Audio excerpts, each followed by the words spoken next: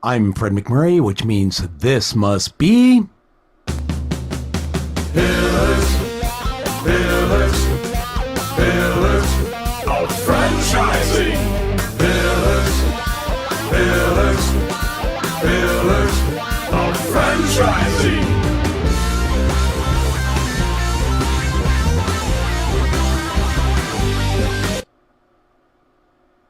Good afternoon, and welcome to another episode of Pillars of Franchising. I'm your host, Kristin Selmeczy, and with me today is Karen Kimsey-Sword. We've got a great guest for you today. We're going to talk to Chris Coleman of True North Restoration. I apologize, I'm coming to you with a cold today, so please bear with me. But first, before we get to Chris, let's talk about word on the street, Karen. Sounds good to me. Been scouring, trying to find some new news out there. And yeah, it seemed a little quiet at first, didn't it? I know. There wasn't much going on. And one of the things I was taking a look at, I was looking at National Restaurant News, and they always have some good articles. And there's been so much about the economy, the impact of the economy in restaurants, the food service business. And I always like to look for good news, because there's always there always seems to be not so good news these past months, especially third quarter. So I found some glimmer of good news.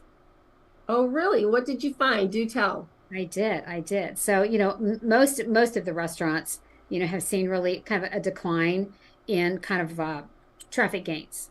Yeah. And so two restaurants that are kind of different from each other have reported traffic gains over 4%. And I'm not going to let you guess, because we've already talked about this. Those two restaurants are Chipotle and Texas Roadhouse. And I just thought that was an odd combination, isn't it? Yeah, totally. Because you and I agreed, I go to both, you don't necessarily go to both. And so we tried to figure out between the two of us, what are some of the things that they're doing differently? Exactly. And so I loved it, because the article, one of the things I thought was interesting is they always say when there's if there's a recession, and when they talked about 2008 and 9, and even now, a lot of restaurants start focusing on value meals, discounts, coupons. And what's interesting is these two restaurants, or these two groups, they don't focus on that. No, they don't. Look at the value a different way. Yeah. And what's interesting about that is that, I can't say that their prices have not gone up and their portions have gotten smaller, because I have noticed that. I mean, there's a certain one that I always want lettuce in my bowl, and I have to ask 3 times, can you please take out the rice and just put in the lettuce, right? And so that's just my own little pet peeve. But part of what we saw in this article going forward was a lot of the engagement for one of the brands with digital, right? Yes. If you think about Chipotle, and I am a frequent visitor to Chipotle. It's right across the street from where I work. And I will tell you, it's not only very convenient, it's fast. And one of the key things, and this is where they really get because I think one of their key audiences, I was taking a look at this, it is 18 to 24. And I'm not in that age range, I will tell you. Yeah. And so it's the mobile, because you could literally pay, you can place your mobile order. And the interesting thing is not that you could just place it. When you go in, they have special staff working on it. How many times have you tried to order something mobile app, and then you go in and you're waiting forever? And they've got a system down where they're taking care of both the customers in the store, which is me, because I don't do the mobile app, but I feel like I get taken care of, and the mobile customers, they're taken care of as well. And I think that's a key thing.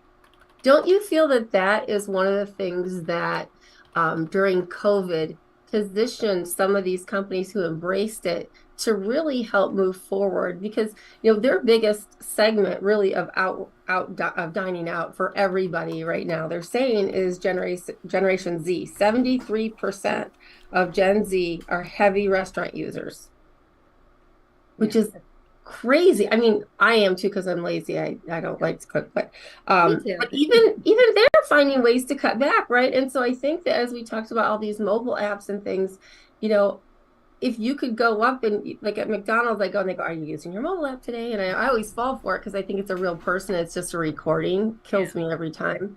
I start talking to them and then they're like, "Oh, I'm sorry, can I help you?" I'm like, "Damn, they got me again." Exactly. And I know it's happening, right? But what for me, I'm getting kind of mad because I love that if I gave them my mobile code, I would get my iced tea for $1. Well, now they got rid of that option. So now it doesn't matter where I go. Today was to Portillo's. I'm not getting $1 iced tea at McDonald's anymore. So I get a little chapped when they make these offers, they have these promos, and they get rid of them. Right. But most people aren't like me. They're not impatient. Most people love that stuff. And what we had talked about, which I think is crazy, is that that's not at all what Texas Roadhouse's model is. No, I mean, they don't, again, if you take a look at their audience, because I was looking that up, Kristin, you don't fall there, but it's over like I think 64 or something like that. It's more of the more seasoned people. That's their so that audience in general, they're not about digital, but they really define value in a different way. So it's not about the coupons, which you might think right. that, So it's more about the whole different business model of service. They talk about legendary service. They sure do. And they're all about priding themselves on food quality, friendly service, guest satisfaction. And that's what's made them stand out. I will say in terms of speed to get my food and the level of service, I like to sit at the bar because there's a lot going on. I can watch the TVs, listen to the music, and watch the funny videos and stuff all at the same time because the ADHD is just fed perfectly in that environment, right? But I'll just order. Next thing you know, there's somebody coming up behind me with my food. And I'm like, whoa, already? Like, I didn't even get my taste buds ready. It's really fast. They're all really, really friendly. And the best part about it is when somebody has a birthday, they get to sit on the saddle. There you go. Have you got to do that, Karen? Because I know you don't go there, but I think I've never been. Yeah. But I will tell you now, reading this, and now the saddle just sent me over the edge. I'm going to have to go. I was thinking Ray and I are going to take you there for your next birthday. We're going to take you there in his big old Suburban. We're going to get you on the saddle. I love it. Video over the whole thing. Yeah. So, but if you think about this, that is, I think even, whether it's Chipotle, whether it's Texas Roadhouse, it is about, don't you think, really trying to hone in on what's important to people. Yes. And I think so many of these brands don't do that. Yeah. And then they're cutting people. The food's not that good and it's overpriced. And then they're wondering why they're not doing as well. I'm not saying everybody, but I really applaud these two brands for really focusing on kind of thinking about value in a different way and then just driving that value home to the customers. Well, and the one value I'll end with this is that one thing I really like about going to Texas Roadhouse is they all have those shirts that say, "I love my job." Now, okay, they're forced to wear that, I'm sure, but it really does make you think like, oh, wow, I wonder how much they really like it. And my kids have friends who work at Chipotle. They love it, not just for the free food, but again, that's about getting your staff, getting them involved, whether it's through feeding them when they're working, whether it's through these fun shirts and they get to sing and hoop and holler and be crazy all day. I mean, that's building that environment where people want to be. And when the employees are having fun, the employees are nice, the consumers want to be there too. Absolutely. So, well, hats off to consumers. She's Louise.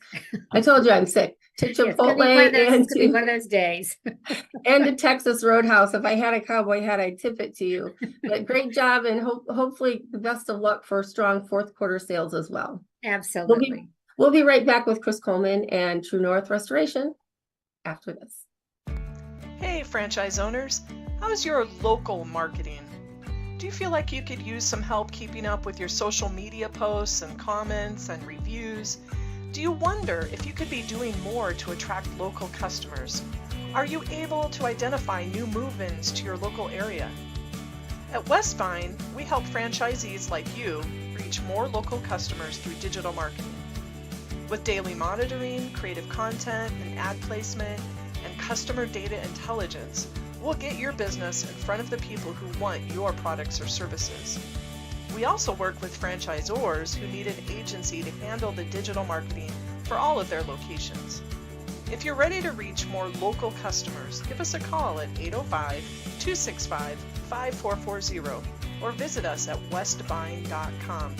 That's 805-265-5440 or westbine.com. And welcome back to another episode of Pillars of Franchising. And as promised, today we bring you Chris Coleman, who's not only the CEO, but the founder of True North Restoration. And I have to tell you, Chris, I love talking to founders because there's something bigger that drives you. Not that all CEOs don't have something that drive you, but when you found a company and you go into franchising it, there's like this overwhelming passion that tends to spill out from your pores. Tell us who you are, how you got here, and all about that crazy passion you have. Yeah, well, thanks so much for having me. It's an honor to be on the show here. Just real quick, I went through when you invited me to be on. I went back and looked at some of the people that you've had on this podcast in the past and thought, "Oh my goodness, this is an amazing company. What did I do to deserve this invitation?" So some of the people that I'll honestly say that I learned a lot about franchising from the people that you've interviewed before here. So again, thanks for having me. And quick correction, I'm not the CEO, I'm the CFO, Chief Franchise Officer, but yes, one of the co-founders of True North Restoration. You almost gave me a raise here real quick. Well, you are the founder, so really, I mean, you should be the guy making the money, right? So yeah, we've got some amazing people, and there certainly is more than me that founded this company. But yeah, it's great to be with you, and an honor to share a little bit more about True North with you. That's awesome. So Karen and I were talking about your brand as well, of course, before the interview, about what a big market you have. Well, let's before I get into that, I've skipped right past it. How did you come about with True North, and what really drove you to franchise a model like this? Yeah, so I probably got a little bit of an interesting background when it comes to, being a franchise founder, because for 12 years, I was actually a franchise consultant / broker, whatever term you want to use there. Mm-hmm. So I had what I thought was a really unique perspective, because franchisors would come to the conferences and all the events that I would be at. And it was almost like they were lobbyists and saying, "Hey, this is why you pitch me to your clients." Yes. So I got to see like the really, really good stuff, and I got to see some of the ugly stuff in franchising. Yeah.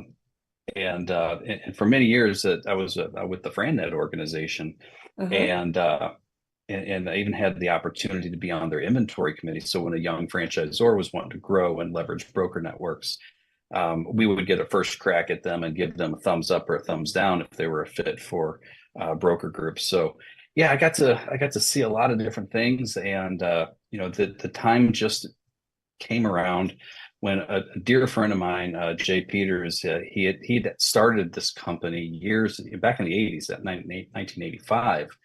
But we took what he had started, hadn't fully developed into a franchise model, and took my experience in franchising and a couple other business partners, Justin and Raymond Donat, their brothers out of Colorado, and they have a strong restoration background.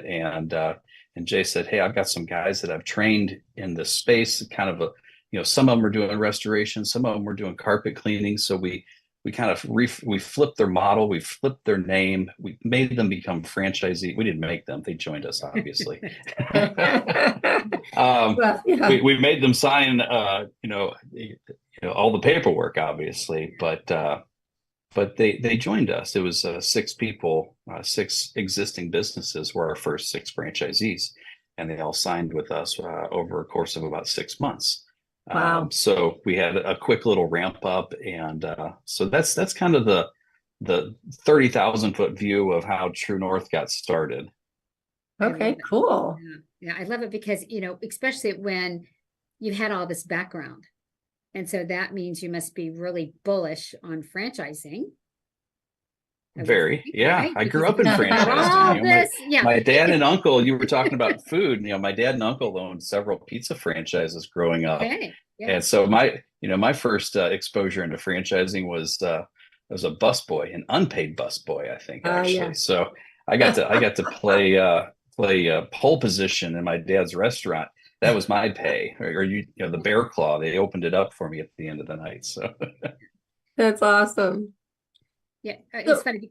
Oh, go ahead, Kristin, go ahead. I bet you're going to ask the same question I am. 'Cause it's Go what we ahead were then, talking please. about, right? It was Yes, about exactly. we were talking about, so you have this, you've entered this industry, and this industry has so many big players in it. And that's got to be pretty daunting. So how do you differentiate yourself from others? Well, the thing that is amazing about franchising, and with you guys on the call here, this just as well as anybody. Franchising, you have competitors, but you don't at the same time, because franchising, the industry is just, how can I help you? Now, to some extent, there's a little bit of, love you with the elbows out, but there's, it's really interesting. Even some of our competitors, when I went to them, because I knew a lot of our competitors, because I had shown their brands as a consultant over the years. I helped put people into restoration franchises. So yes, I was bullish on the industry. But when I went to some of the competitors that I've known, established relationships with, they just kind of reached out and said, "Hey, I can help you. We'll get you started." There's, when you put all the restoration companies together, and you take the big names out there, we call them the green guys and the yellow guys. Yeah, they're the big ones. Yeah. I'm not going to say their names out loud, but Right. I hold them in high regard. But even with them having almost 4,000 locations, and then everybody else, lumped together, we still collectively in franchising only do a little more than 20% of the restoration work out there. So there's a lot of room for growth. And even the competitors say, come on in, there's room in this space for good franchise companies in restoration. Well, I would think, especially after you have some of these natural disasters and you have such a dense population of people who are impacted. I mean, those send your staffing models off the charts. And so the more people who can do what you do is, critical at those points in times. Oh yeah, great point. And we've got great relationships with many of our competitors where we call them up and say, "Hey, are you like with the fires that happened in Maui, just absolutely devastating stuff that happened there. Are you guys going?" Well, there's not a lot for restoration companies to do there. It was just total destruction. So just like I said, horrible what happened there. But other scenarios, you take like a hurricane that hit Fort Myers last fall. We were working with other ones like, "Hey guys, we're busy. We can't. We're a young franchise. All of our franchisees are here, and we're maxed out. Do you want some leads and referrals?" And we take care of each other. That's awesome. So how do you differentiate yourself? Because again, as a broker, like I would want to know as a broker, how do I position you against some of the other guys, the green guys, the yellow guys, to make your brand really stand out? Yeah, no, good question. It's interesting because we all use the same drying techniques for the most part. We're all trained by the IICRC and have those certifications. We use the same equipment. It comes from the same places. It's just sometimes they're different colors. So you're right. How do you differentiate yourself? What we do is, I would say that there's a handful of things that make us a differentiator. I would say one of the things that draws a lot of people to us as a franchise candidate is just the fact that we're a faith-based company. So that is something, that's who we are. It's certainly not a qualifier for franchise ownership. But we do have some practices that we say, hey, we open a lot of our meetings with our franchisees even in prayer, and it's it's not for everybody, but it's who we are. So I would say that's a differentiator. Where there's a lot of franchises out there that are, but I've been told that we wear it on our sleeve a little bit more, which, hey, again, that's who we are. So that's one thing that kind of makes us a little different. Another thing that makes us a little different, and this is where the franchise consultant, background comes into play for me. Now that I'm on this side of the fence, we don't go out and do 3 packs, 10 packs, 400 packs. Yeah. Now that might make we have done 1 3-pack out of 16 locations. And that was for a extremely high qualified, person that just it was ready to sink a lot of money into it, hire a lot of people. But we try to really focus on single territory development. I forget who. I think I was talking to a franchise attorney, probably 10 years ago or so, and I heard a stat on the number of sold but not open franchises that are out there. And I know the SBNO, right? Yeah, that's oh. Yeah. What are the state regulators looking for this year? Exactly. So, that kind of drove me nuts. And I saw that, early on as a franchise consultant, that a lot of my clients weren't opening up number 3 and 4 and 5. And it just kind of sat really wrong with me. And I thought, let's just kind of focus on giving somebody really, strong territories. So our territories are a little bit bigger than most of our competitors.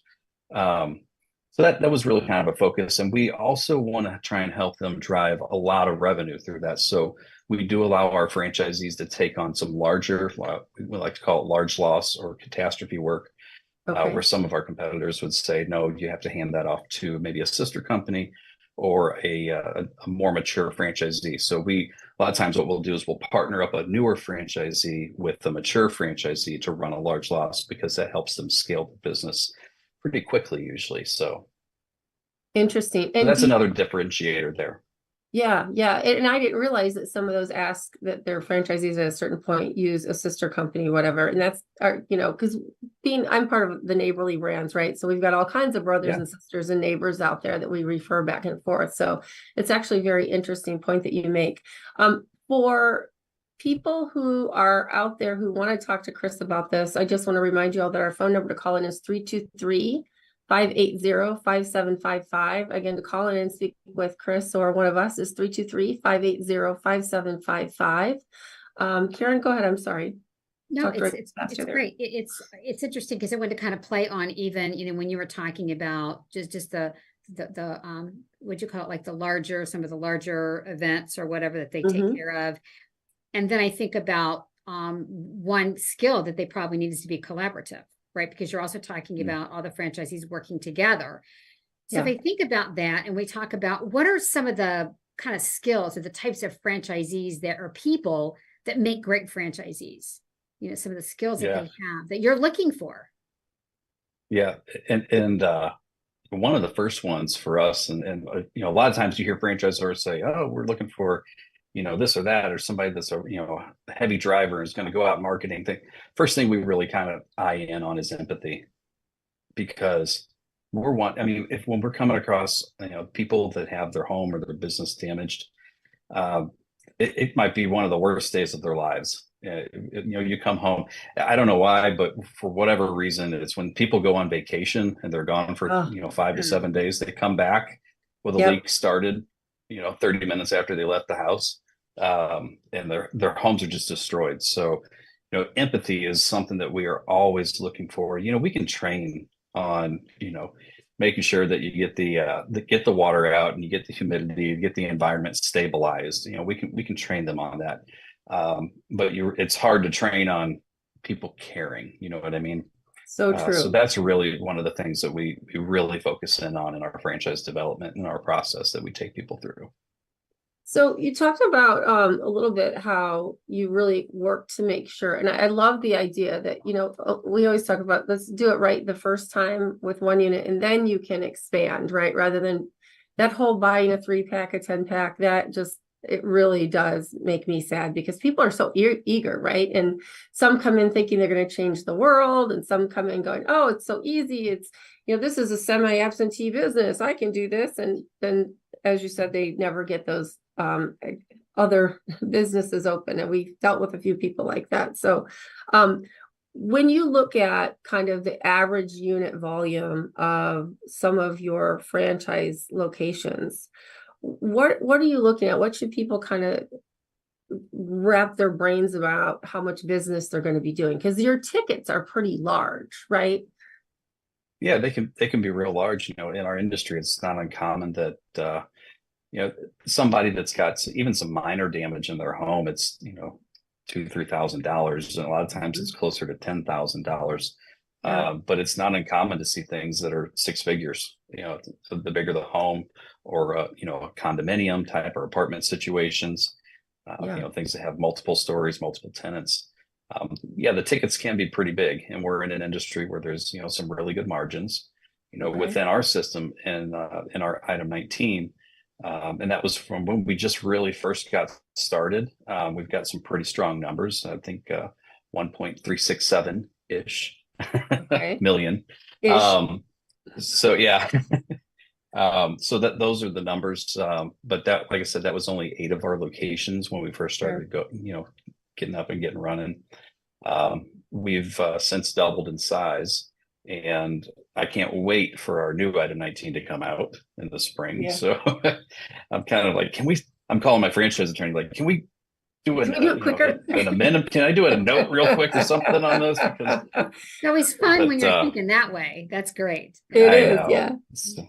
So can you tell us a little bit, anything that's disclosed in the FDD where people are like, this sounds really good, I'd love to do it, great unit sales, but what can I actually make off of it? Yeah. So, well, we don't have any nets in that. So I'm almost, I've been coached by my attorney, not to say. Your gross margins are around. No, gross and net, I think it's fairly safe to say you can even go out and Google this and find it, or chat GPT it. I don't know what the verb will be there in 5 years from now. Google yesterday. But, it's pretty common in our industry that a business can net 20-25% if they run a clean business. That's good, because a lot of people, they think about, not only do they have the money to invest, which will be our next cue for the question, but do they have enough money to invest? Do they have enough money to survive until they're at break even, right? And then really, what kind of income should they expect to replace if they're giving up their corporate job or, some other job to buy into this? So I think it's always really important to have those honest conversations. So people say, well, in some of these industries, you invest, $100,000, and for the first 3 years, you might make $25,000. Well, that's a bad deal, when you're giving up an $80,000 a year job. So, So in a roundabout way, I appreciate you answering that so that we could kind of get to that point. So can you tell us, what does somebody need to have to invest in a True North restoration? Yeah. So we put together an $80,000 liquidity requirement and a $250,000 net worth requirement. Now those are pretty low numbers when you look at. And I've worked with thousands of people over the course of the last 15 years that have been interested in buying a franchise as a consultant. So I know that there's a lot of people out there that's like, hey, that's a fairly low bar, but it's not for everybody. So what we do, and we tend to be an equipment heavy business. We don't have tons of employees and high payrolls, things like that. We don't have retail locations, so it's a fairly low investment. Overall, we're, I like to block things off. We're a $100,000 to $200,000 investment roughly. Our item 19 will show under, or our investment shows under. It's like, I think it's actually 93 to 187. Yeah. But in reality, somebody's probably going to get into this type of a business and spend 125, 150 to get going. Yeah.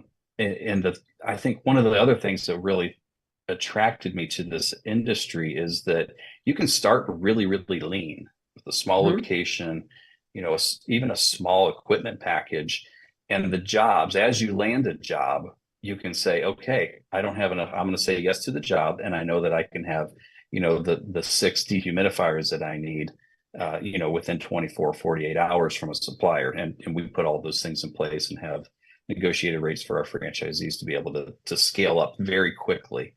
That's awesome. And even from a large law standpoint, if they need to scale up, we have some national relationships on the temporary staffing as well. So how long does it take to get someone then to get their business to break even? Because you're talking they scale up fast. What would that length of time be? Yeah, we've had franchisees do it in month 1. Wow.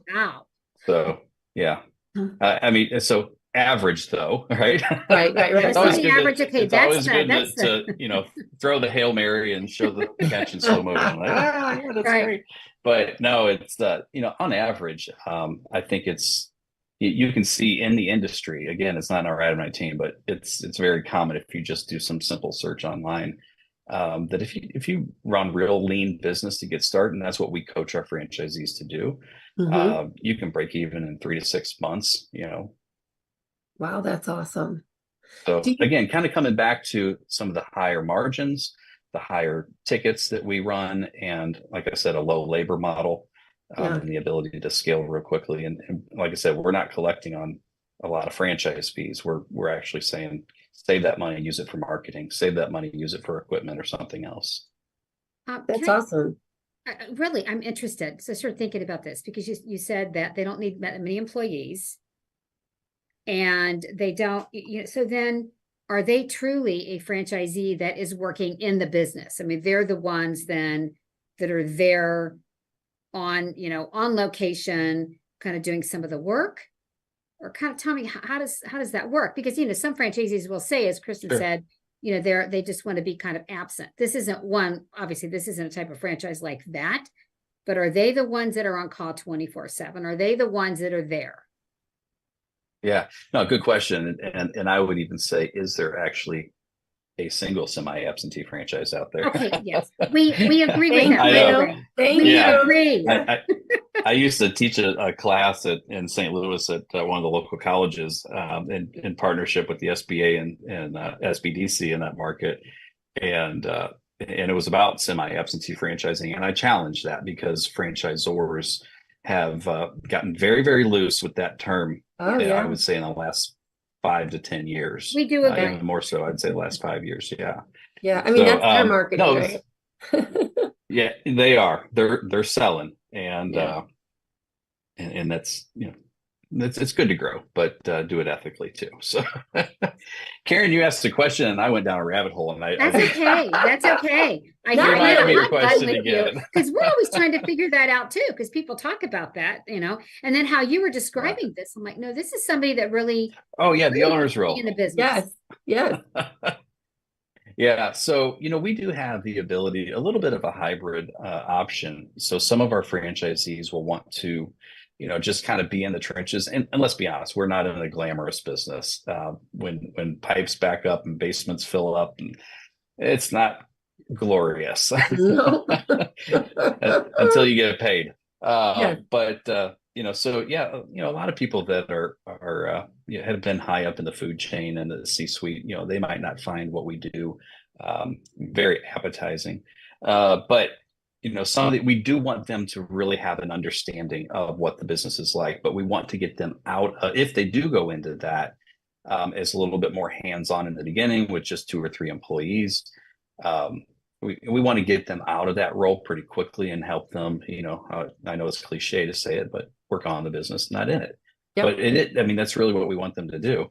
But we do have the ability to help somebody who is, maybe has the ability financially to come in, hire a general manager, hire some marketers, hire project managers, lead technicians, things like that. They want to scale that. And we've got one franchise location that we're doing that with right now as well. But that gives them the ability not to be in the trenches, not to be there answering the phone 24/7. But like I said, this is a business that can scale pretty quickly. So, our goal is to get them out of that role. Well, 17 years ago, when I chose my cleaning toilets job, I will say that one of the businesses that my broker pitched me was restoration.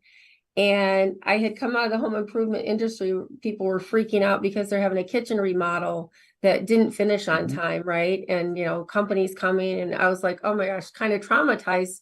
So when she talked about restoration, I thought, oh my gosh, I can't go into this situation where people are like freaking out on me 24/7, because these disasters are really, devastating, right? Totally different than your countertops aren't in. You have to put that in perspective for people. But one of the other restoration companies we talked about, I had told him my opinion, and he was like, yeah, but that's not how people see you when you arrive after a disaster. Can you tell me a little bit about what that's like when your team arrives to a home after they've had a disaster? What's that interaction like? Yeah, when you think about it, it's their castle, has been invaded. It's been damaged. Their life is in disarray. I mean, down to, are we going to be able to make dance class or baseball practice on time? Because it's like everything is just bees are buzzing. Yeah. And so that's where it's kind of to come back to the empathy thing in our process, and we're looking for that. Be able to come in and just say, hey, it's okay. I know this is your world and it's been flipped upside down, but today it's Thursday. It's Thursday for us. This is we're what here we to do. help you, right? We got your back. If they're comfortable, we'll put our hand on their shoulder. We'll say, hey, it's okay. We got this. It's going to be just fine. And just to comfort them in that. But, I would say there's a piece of this business that is very much counseling. Yeah. You kind of walk in with an S on your chest, right? You're like the Superman coming to save the day. Yet. It's true. Yeah. So I how think do you, and it's interesting you mentioned that, because there's a lot of time, especially when we get to catastrophe situations, that's on a whole nother level, when it's not just their castle that has been damaged, it's the entire community. I'll never forget, I had a really impactful moment last year when we were down in Fort Myers at the hurricane. We were working sometimes we'd keep our own projects, just the True North headquarters. We had a large condo complex right on the beach in Fort Myers. And I was taking a break and just kind of looking around, and across the street where these homes are located, I see a lady sitting there, and she's got one of those, those plastic chairs you can get at a dollar store and they stack, Yep. the ones I'm talking about. Yeah. It was really kind of all she had left, and she's just moving it around and trying to place it, but kind of in a little bit of a zombie, mode. Yeah. Like, her world was just completely destroyed. I don't know if she lost pets. I don't know if she lost a family member. I don't know. Right. But you're going into it, and it can be, like I said, there's a little bit of a counseling component that can be involved in what we do. I have to think that some of the faith-based threads that you kind of weave through your company have to help with that a little bit. I mean, you think Indeed. about people who 1 minute are on the top of top of the world, they're living at the beach, and within a moment they're homeless. Yeah. You can't prepare for that, and, No. No explanation for it. Exactly. So do you who calls you? Is it the insurance companies, or who do you even market to? Is thinking about, so someone has, because usually I know when I've had flooding, which is terrible. I mean, that's just, you're right. It just turns everything upside down. And Sure. So who I called, like, my insurance company. So is that what happens typically? Yeah, a lot of times, that's a situation where, we're a referred partner because the insurance agent or adjuster or somebody knows us and trusts us, Right. and therefore will refer us or one of our franchisees in their communities. Sometimes it's plumbers, because sometimes you got a fountain running in your basement or in your house. Who do you call first? It's probably not us. You're probably thinking, just get the plumber to turn this off. Yeah, exactly. That's true. There's And a lot of like, different. Yeah. Right. Yeah, we work with a lot of property maintenance people across the country, facilities managers, things like that. So because I've been working in toilets, I'm like, hey, this isn't really a bad deal. And I'm sure Ray's thinking, wow, maybe we should have done something like this, right? But it makes me think, like, oh gosh, don't tell me it happened to me just like it happened to you, where my brain goes blank. Oh, I know.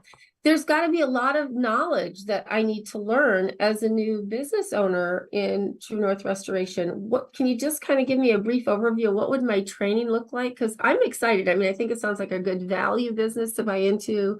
It's something people are always going to need. So very consistent in the services segment. But there's got to be a lot I have to learn. Yeah, there's a lot to learn, and you can't learn it all at once. So it has to be absorbed. This and any other businesses, any other franchise, when you're surrounded by experts and other franchisees who are wanting to help you be successful too, it certainly is a drinking from the fire hose type of thing. But in franchising, you've got a lot of, again, good support in place and other franchisees. That's one of the things that we've actually really tried to put together and emphasize. When I had studied all the different franchise systems, and even as a franchisee myself, I recognized that some of the value in the royalty that I was paying every month wasn't just the support I was getting from the franchisor, but just to have access to all the other franchisees. So we've tried to make it really a part of the training and support and just the comfort level of franchisees, new ones, being able to reach out to the mature ones.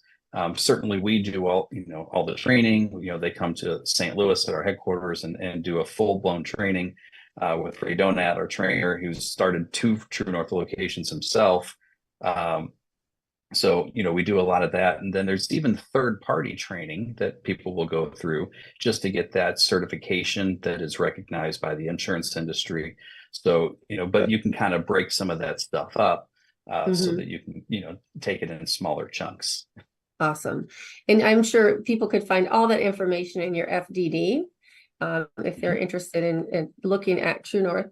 Can you tell me, just as the last question, what is the one section in your FDD that you think people really should sink their teeth into and read that would be most impactful when making a decision to buy True North Restoration?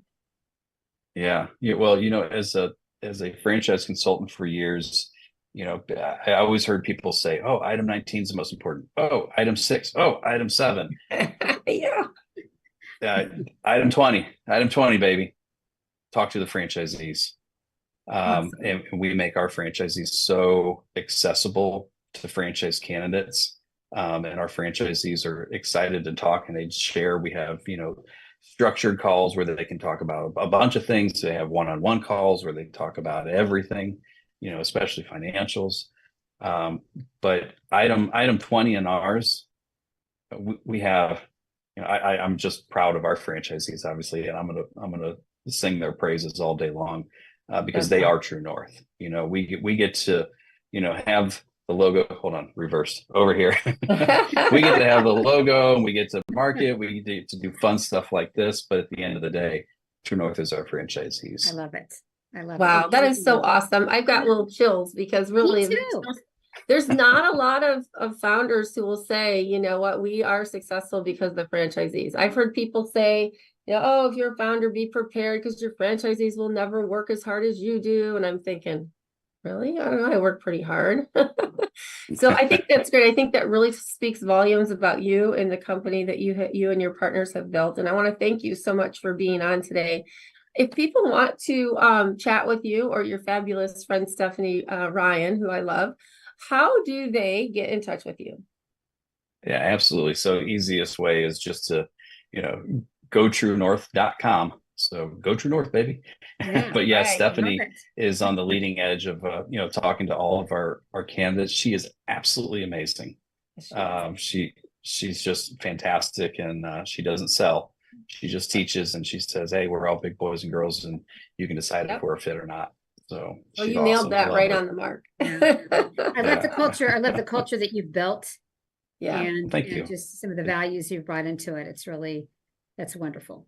Yeah. We wish you all the best. And, hopefully in 2024 will be a great year for you. And towards the end of next year, we'll be having you on again to talk about how you've catapulted past your goals for the upcoming year.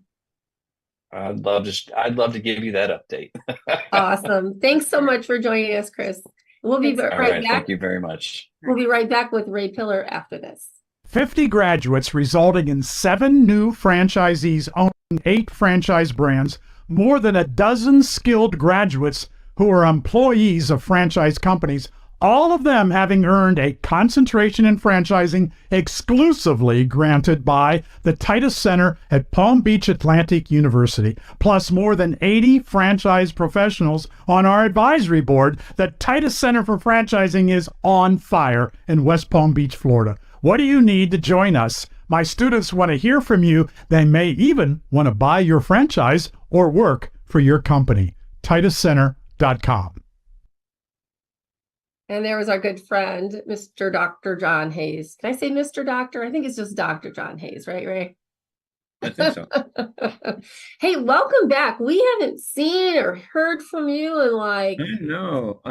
You know, weeks. and it's great to be back. I think the meeting that we had yesterday at JL's office was fantastic. It was great to see all the wonderful franchise owners there, including a new fella that came on board recently. Yeah. And you know, one of the things that I want to talk about is I was under the impression when I was looking at a franchise 20 years ago that it was Yeah. kind of cutthroat, and it's what I've learned is not. It's absolutely the opposite. I mean, we all help each other out, even different brands. You know, Oh, for sure. it's amazing. Because we're all entrepreneurs and business owners, and our goal is, of course, is to make money, and Yeah. that's what it's all about. Well, not quite, but Well, you know, I want to make sure I clarify for people who are like, what in the heck's he talking about? JL's office and a new owner. So one of the things that Chris had referenced, you know, our company tends to do really well as well, and that is building teamwork and camaraderie. And what Ray was referencing that we had yesterday was a co-op meeting of all the Chicago Molly Maid owners. And so we come together quarterly to talk about, you know, local marketing strategies and any issues that are going on with staffing and all kinds of different stuff, whether it would be, you know, yesterday we talked about insurance and how to leverage our group to get better rates and chemical supplies and all of that stuff that your franchisor helps with. Yes. But then as a local market, you can do. So, you know, just wanted to make sure you all understood that that is yet another benefit to franchising that you don't have if you're your own business owner. Often you are that cutthroat with the guy with the, you know, shop across the street, and in franchising, you're all in it together. And I think that makes a big difference. So thanks for pointing that out, Ray. yeah, absolutely. I know the new owner, Scott. You know, he asked me, "What do I need to do? What can you do as a new owner?" And I said, well, first of all, watch Pillars. Yeah, yeah, for sure. There. And then I said, I was unequivocally, you can ask any one of us that are in this room right now for help, and they will help you with a, you know. Yep, absolutely. Yeah. And you don't even have to, I don't even have to ask them, will you help them? No, I know everyone will help. Yeah, you know? for sure. So well, I'm surprised. I thought you would have told him that building his culture and retention were his number one goals, because that's really what you normally say, right? Employee retention is what I want to talk about. And the reason I want to do is because we're celebrating our 20th year this month. Wow. And you know, I walked into the office, I was gone for 6 weeks, and I barely talked to anybody in the office. I mean, my crew is fantastic. They run that office as if I was there, but I'm not. You know, so they did a fantastic job. But I walked into the office, and a lot of the employees who were there. Ray, it's good to see you. It's fantastic. And a young lady who's been there for 18 years came up to me and gave me a hug and said, it's good to see you. And 18 years of cleaning toilets and really other people's the messes that nobody else at home wants to clean up, and this gal has been there for 18 years. Wow. Yeah, and she loves her job. I know she does. You know, as so many of the employees that we have, and of course, with 40 employees and going through COVID, we had some people leave, but still, there's the core that's been there for a long time. And I think it's interesting to watch employees come in and apply for the job, because we post pictures of all the employees all around the room, and they'll walk in and they'll say, "Oh, I know her. I know her."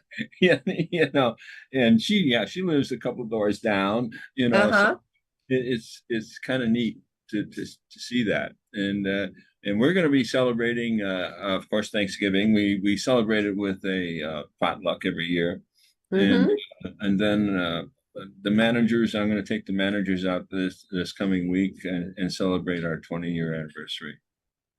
Awesome. Well, and tell me, what do you think attributes to keeping people like her for such a long period of time? What are some of the things that you do to really help retention, or what other people might be able to easily apply? we can, I think the best way to describe our office, our culture in the office is really good, but we're transparent. We don't hide anything. There's nothing to hide, and it's funny. I think that any one of the employees knows that they can talk to any one of the managers, including myself. If I'm in, the door is always open. And sometimes some of the employees rather talk to me rather than their direct manager, which is fine. I don't care. But I may ask, did you speak to so and so about this situation? She says, no, I didn't feel comfortable doing that. I want to talk to you. Fine. Yeah. Whatever. Yeah. We love it. That's awesome. Well, congratulations on 20 years. I can't believe, I mean, I'm behind you a couple of years, but not far. Yeah, I know. And I want to point out for everybody when you hear Ray's been gone for 6 weeks and he hasn't talked to anybody in the office, I don't call that semi-absentee for Ray. That's just semi-retirement, right? Okay. And your exit strategy, as we talk about a lot, and we're going to have someone on here in the next couple of weeks talking about, beginning with the end in mind, and nod to you, Karen, over there, but making sure that when you buy your franchise, you also understand when the time comes to move on, what does that look like? And for you, Ray, you've chosen to integrate your sons into your business to ensure that when you're gone, you've got that baton, and it creates generational wealth. You can pass that baton down and know that the business is safe and secure right as you left it. Yes.